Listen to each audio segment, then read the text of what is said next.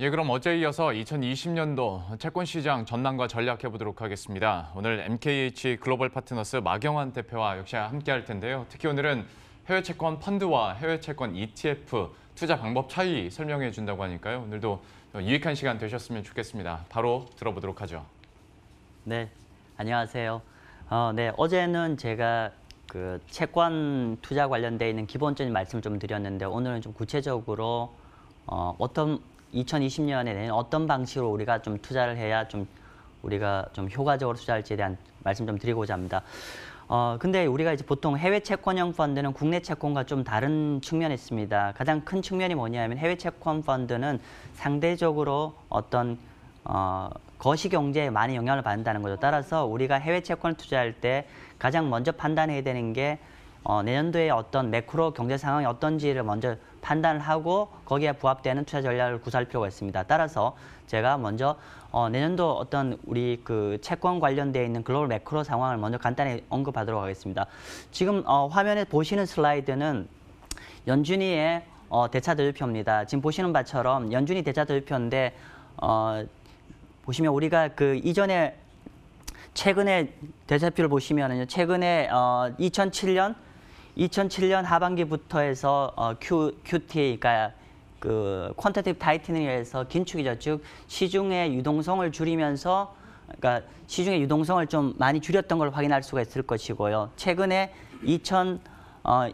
사실 정확하게 말씀드리면은 금년 10월 달부터 해서 연준이의 대차 대표가 굉장히 큰 폭으로 늘어납니다. 사실 연준이 대차 대표는 어떻게 되냐면 연준이가 사실은 얼마나 국채나 모기지 채권 같은 걸 갖고 있는 걸 표시를 하는 건데요. 지금 보시는 것좀 최근에 이렇게 연준이 차트가 대차 대표가 늘어난 이유는 뭐냐면은 9월 달에 미국의 RP 시장의 금리가 폭등을 하면서 이 RP 금리를 진정시키기 위해서 연준이가 어떤 정책을 펼쳤냐면은 미국의 단기 국채 시장에서 국채를 많이 매수를 해줬습니다. 그러다 보니까 국채를 많이 매수하다 보니까 연준이의 부은 이렇게 부이 많이 커졌죠. 근데 우리가 연준이가 이렇게 국채를 많이 매수하게 되면 결과적으로는 시중에 그만큼의 어떤 유동성이 더 공급이 하게 되는 겁니다. 따라서 현재 보면은 9월 말부터 시중에 유동성이 굉장히 큰 폭으로 유동성이 늘어가고 있다는 걸 확인할 수 있을 겁니다. 따라서 이 연준이 어떤 대차 대표 이꼬르 시장의 어떤 유동성의 어떤 방향성이라고 보면 될 것 같습니다. 그래서 지난 1년 동안에 한 1년 반 정도의 시중의 유동성이 많이 좀 줄어드는 게 9월 말부터 해서 유동성이 큰 폭으로 늘어났다는 걸 확인할 수 있을 겁니다. 자, 우리 시청자분들이 보실 때 여기 QT와 옆에 노란색 라인이 있는데 그 라인을 한번 보시죠. 제가 그게 이제 10월 초인데요. 자, 실제로 이렇게 시중의 유동성이 늘었을 때 우리 어떤 금융시장은 어떤 영향을 미쳤는지 한번 먼저 확인했습니다. 자, 먼저 보시면요. 지금 이거는 뭐 어떤 차트냐면은 미국의 10년 만기 국채금리입니다. 10년 만기 국채금리가 아시겠지만 작년 2019년, 그러니까 작년 말부터 해서 금년 9월 달까지 금리가 국채금리가 3%에서 한 1.5%까지 급전직하로 계속 하락했습니다. 물론 동관 동안에 채권 국채를 투자하신 분들은 굉장히 큰 수익이 났는데요. 재밌는 거는 이렇게 QT 긴축에서 최근 노란색과 양적 완화 모드로 다시 유동성 공급을 해주는 이제 이게 바뀌면서 보시면 절묘하게도 9월 말 10월 초부터 해서 연준이 양적 완화 방향을 전환하면서부터 미국의 10년물 국채 금리가 1.5를 바닥을 찍고 이렇게 쭉 이제 올라오는 모습을 확인할 수 있을 것입니다. 이게 연준이 금리가 이렇게 올라간 이유가 사실은 미국 국채 금리가 이렇게 1.5에서 금리가 최근에 한 1.9까지 올라왔는데 그 기저에는 이렇게 연준이의 어떤 양적 완화, 유동성 공급 정책이 영향을 미쳤다라고 볼 수 있을 거고요. 하나 더 보고 있습니다. 지금 보시는 차트는 미국의 연준이 정책과 미국의 국채 금리 곡선입니다. 우리가 아마 우리 이 머니투데이 방송을 보시는 분들은 아마 이미 많은 공부를 좀 하셨을 건데 방송상 통상적으로 우리가 금년 중간까지 어떤 경제 우려가 있었냐면 미국의 장단기 국채 금리가 역전이 됐었죠. 일시적으로. 그러면서 미국의 장단기 국채 금리가 역전되면 통상적으로 한 1년 반 정도 뒤에 미국 경제가 침체가 들어간다는 기록이 있습니다. 따라서 많은 투자자들이 미국 장단기 금리가 역전이 됐기 때문에 어떤 경기 침체 우려감이 굉장히 커졌는데요. 재밌는 거는 보시면 슬라이드 보시면은 이 슬라이드가 여기 가운데 라인이 있는데요. 가운데 라인 기준으로 여기 지금 보시면 금년 중반에 한 0.5까지 마이너스 금리 역전됐는데 아니나 다를까 9월 말 10월 초 연준이가 시중에 유동성을 공급을 한 방향 하면서부터 연준이 금리 역전됐던 게 이렇게 완전히 플러스로 전환됐습니다. 이렇게 시중에 사실은 우리가 아시겠지만은 장단기 금리가 이렇게 역전된 상황에서 이렇게 우상향으로 다시 올라온다는 것은 그만큼 단기적으로 어떤 리세션 가능성을 굉장히 줄였다는 거 보죠. 그래서 실제로 오늘 제가 따로 보여드리지 않겠지만은 미국의 주식시장도 지금 요 동일하게 우리가 10월 초 연준이가 유동성 공급을 하는 정책에 딱 그 부합돼 그때부터 우리가 고점 미국 주식시장의 고점을 돌파하는 양태를 보입니다. 따라서 이렇게 우리가 지금 현재 내년도 시장을 볼 때 가장 중요하게 봐야 되는 게 어떤 글로벌 유동성, 그러니까 각국 중앙은행들의 어떤 유동성 정책에 굉장히 큰 영향을 주고 있다는 걸 좀 확인하실 수 있을 중요한 팩터일 것 같습니다. 자, 그러면 내년도 시장을 좀 간단하게 보면은 어떻게 보면 위기와 기회로 양쪽을 좀 이거 보실 수 있을 것 같은데요. 일단 여러분이 다 주시하실 것처럼 일단은 미중 간의 무역 협상의 긴장감이 페이지 1 때문에 좀 타결됐다는 게 굿뉴스일 거고요. 두 번째는 연준이뿐만 아니라 전 세계 주요 중앙은행들이 계속 우리가 양적 완화를 하고 있죠. 특히나 9월 달에 ECB가 또 추가적인 금리 인하를 했습니다. 따라서 전 세계적인 국가 주요 중앙은행들이 양적 완화를 하고 있다는 거는 사실은 투자자 경제 측면에서는 시차를 두고 굉장히 좋은 굿뉴스라고 볼 수 있겠죠. 그리고 방금 제가 전 슬라이드에서 말씀드렸던 연준이의 양적 완화 그래프 한번 다시 볼까요?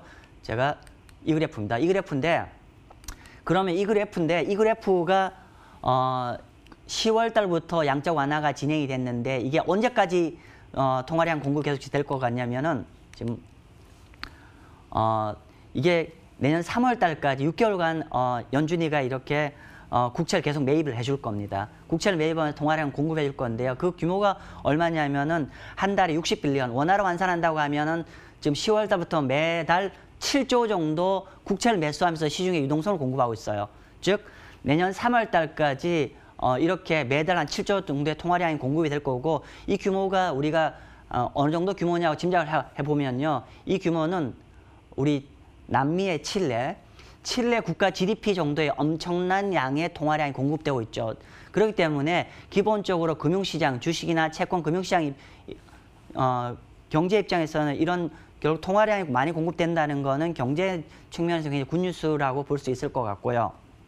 자, 요거는 이제 굉장히 좋은 뉴스인데 그런데 우리가 사실은 내년 일방적으로 어떤 굿뉴스만 있는 게 아니라 또 약간은 우리가 좀 경제 브레이크가 될 만한 것들이 있는데 첫 번째로는 우리가 지금 현재 전 세계적으로 미중 간의 무역 협상 우려감 때문에 글로벌 제조업이 지금 약간은 부정적 국면을 현재 놓여 있는데 이것이 물론 이제 우리가 어떤 유동성 공급 정책으로 인해서 일반적인 전망은 이게 다시 우상향으로 회복될 거라고 봅니다. 그러나 이런 우리의 기대와 달리 이게 글로벌 제조업 둔화가 지속된다고 하면은 이게 다시 종국에는 소비 둔화로 연결될 우려가 있다는 게 첫 번째고 두 번째는 우리가 미중 간 무역 협상 1차는 타결했지만 아직 끝난 거 아니에요.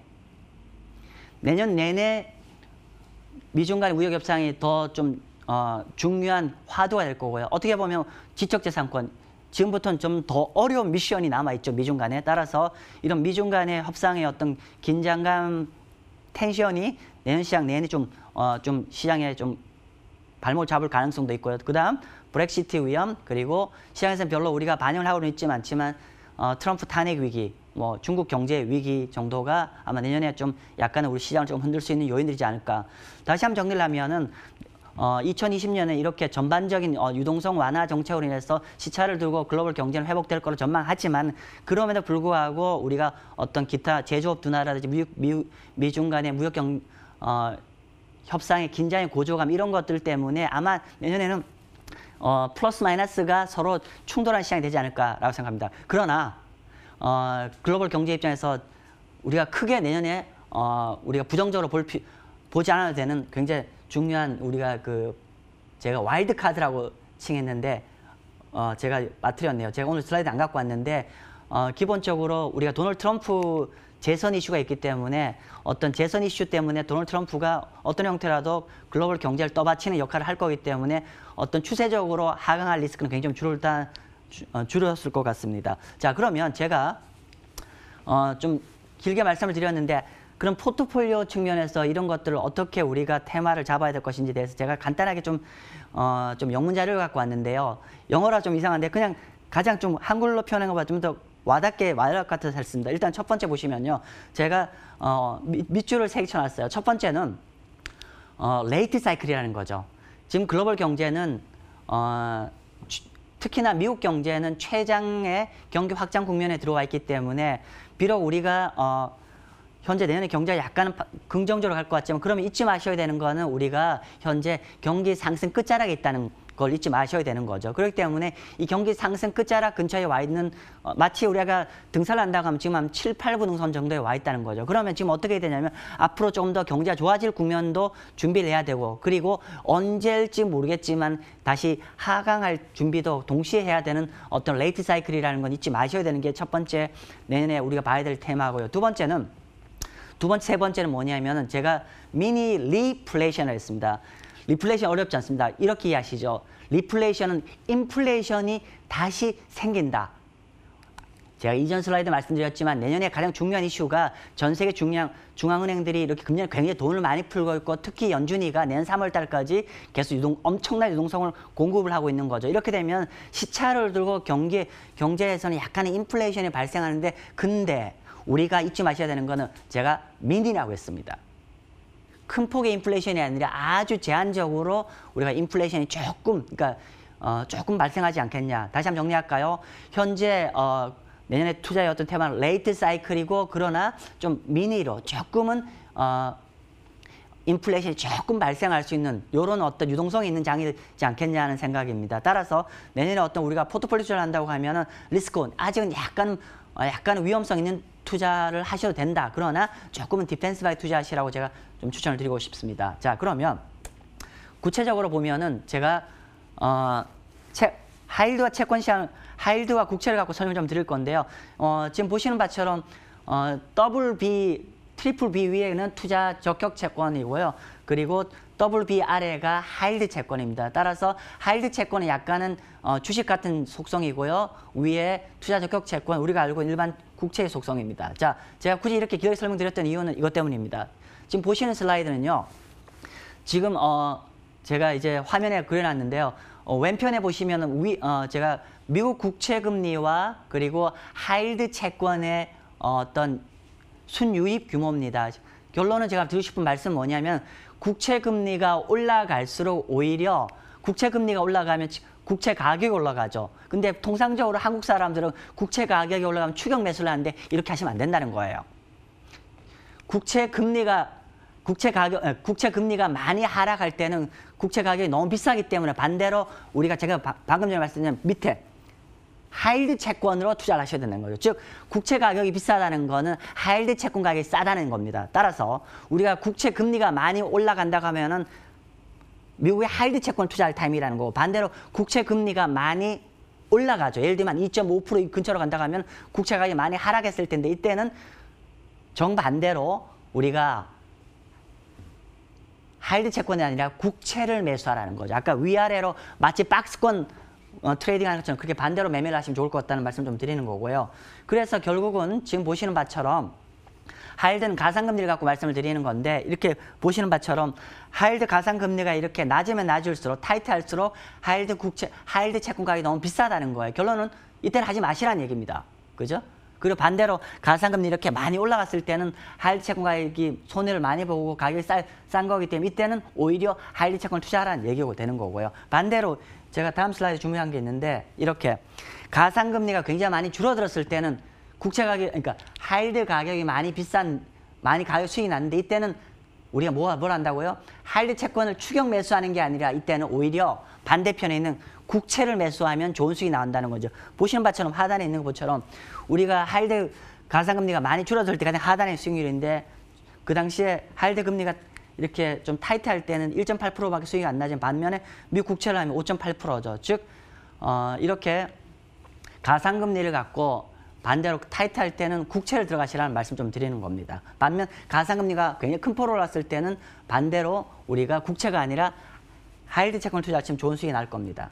자, 요거는 제가 시간이 많지 않네요. 지금 보시면은 요거는 전 세계 주요 글로벌 IB들이 투자은행들이 전망한 투자 견해들입니다. 쭉 보시면요. 뭐 JP1부터 뱅가드까지 쭉 있는데 일단은 제가 몇 가지 첫 번째 미국 국채 전반적으로 부정적으로 봅니다. 이것의 의미는 내년에 지금 1%대 금리보다는 조금 더 올라갈 것 같습니다. 따라서 국채를 투자하면 별로 재미없을 거라고 보는 것 같습니다. 전반적으로. 두 번째, 요 팁스라고 돼 있어요. 팁스는 뭐냐면은 이거는 인플레이션 연계 채권입니다. 즉 인플레이션 연계 채권 전반적으로 다 글로벌 IB를 다 긍정적으로 보는데 뭐냐면 아까 제가 앞 슬라이드 설명드렸죠. 내년에 리인플레이션. 즉 현재보다 금리가 인플레이션이 조금 생길 거기 때문에 오히려 이 팁스는 인플레이션이 발생하면 채권 가격이 더 올라가는 자산이라는 걸 확인할 수 있을 겁니다. 그리고 쭉 내려오셨어요. 하나만 더 보시면 이머징 마켓 채권. 이머징 마켓 채권 JP 모간을 제외하고는 전반적으로 다 굿뉴스를 봅니다. 아시겠지만은 우리가 금년에 글로벌 양적 완화를 많이 하게 되면 아무래도 이머징 마켓 리스크가 조금 줄어들 거기 때문에 상대적으로 이런 어떤 투자 기회도 이머징 마켓 채권 측면에서도 좀 투자 기회가 있지 않을까라는 생각을 갖고 있습니다. 자, 정리하겠습니다. 좀 시간이 많지 않은데요. 정리를 하면 첫 번째 화면 좀 비춰주시죠. 첫 번째는 우리가 상대적으로 1%대 미국 국채금리인데 미국 국채금리 기준으로 약간 금리 상승에 좀 대비를 하실 필요가 있을 것 같고요. 두 번째, 내년 한 해를 바라본다고 했을 때 우리가 주식시장할 때 상고하저라고 얘기하죠. 똑같은 얘기입니다. 같은 얘기인데 상고하저는 상대적으로 내년 상반기에는 좀 약간 굿뉴스가 많을 것 같고 하반기 갈수록 대선에 가까워지는 불확실성이 커질 건 따라서 상반기에는 채권 안에서 약간 위험 자산인 회사채 중심으로 가시면 좋을 것 같고요. 하반기에는 좀 안전 자산인 국채 중심으로 가시면 좋을 것 같습니다. 그리고 세 번째 꼭지는 우량 채권과 좀 높은 쿠폰의 채권을 했으면 좋겠어요. 뭐냐면은 기본적으로 우리가 레이트 사이클이기 때문에 우량 채권 투자를 하게 하셔야 되는데 국채만 한다면 약간 금리 리스크에 좀 노출되기 때문에 약간은 쿠폰에 있는 우량 채권, 모기지 채권이라든가 미국의 주정부 채권, MBS 이런 거 좀 투자를 권해드리고 마지막으로는요.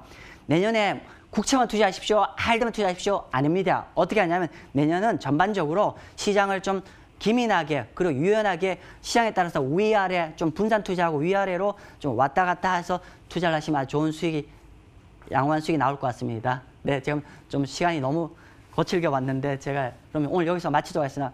네, 감사합니다. 좋은 투자 되십시오. 예, 지금까지 MKH 글로벌 파트너스 마경환 대표와 함께 채권 시작 전략과 전망 함께 들어봤고요. 저희들도 여기서 인사드리도록 하겠습니다. 저희들은 목요일 이 시간에 또 새로운 뉴스들과 전략 들고 다시 찾아뵙도록 하겠습니다. 시청해주신 여러분 고맙습니다.